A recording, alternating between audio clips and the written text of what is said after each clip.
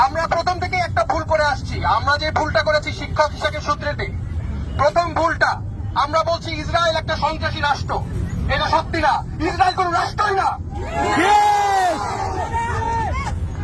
Israel কি কোন রাষ্ট্র না?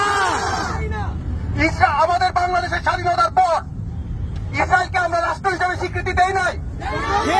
আমরা কোনদিন দিব না, কোনদিন দিতে দিব কাউকে না। বাংলাদেশের কোন সরকার, কোন ধর্মের মানুষ, কোন লোক কখনো এই স্বীকৃতি দিতে দেয় নাই। আমরা কোনদিন দিতে দিব না ইনশাআল্লাহ। এখানে অনেকে আছেন বিভিন্ন ধর্মের মানুষ, যাদের ধর্ম নাই তারাও আপনাদের সাথে এখন আছে। কেন? কারণ আমরা গণহত্যা কি সেটা বুঝি না।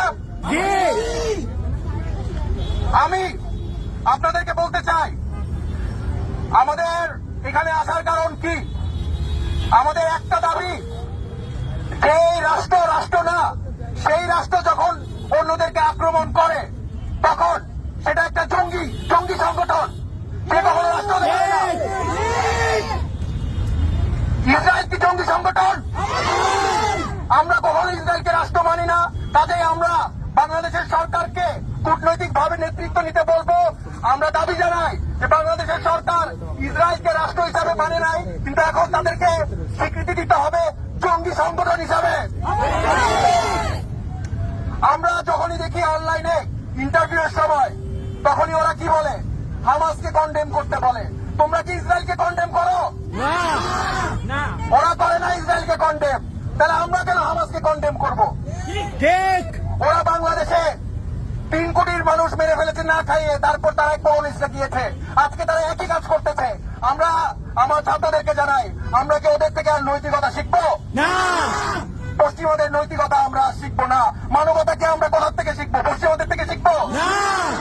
আমরা মানবতা শিখবো যে আমাদের 8,000 টাকা বেতনে যে ভাইরা প্যালেস্টাইনের জন্য আপনাদের কাছে ডোনেট করেছে, যেই ভাইরার বেতন আপনাদের সিকিউরিটি মামার 8,000 টাকা বেতন, তারপরও আপনাদেরকে ডোনেট করেছে।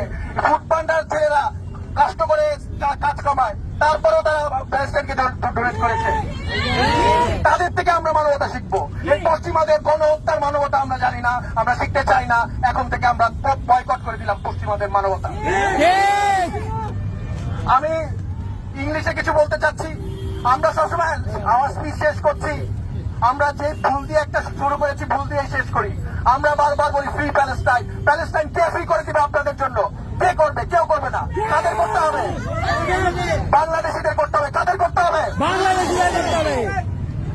জায়নিস্টরা।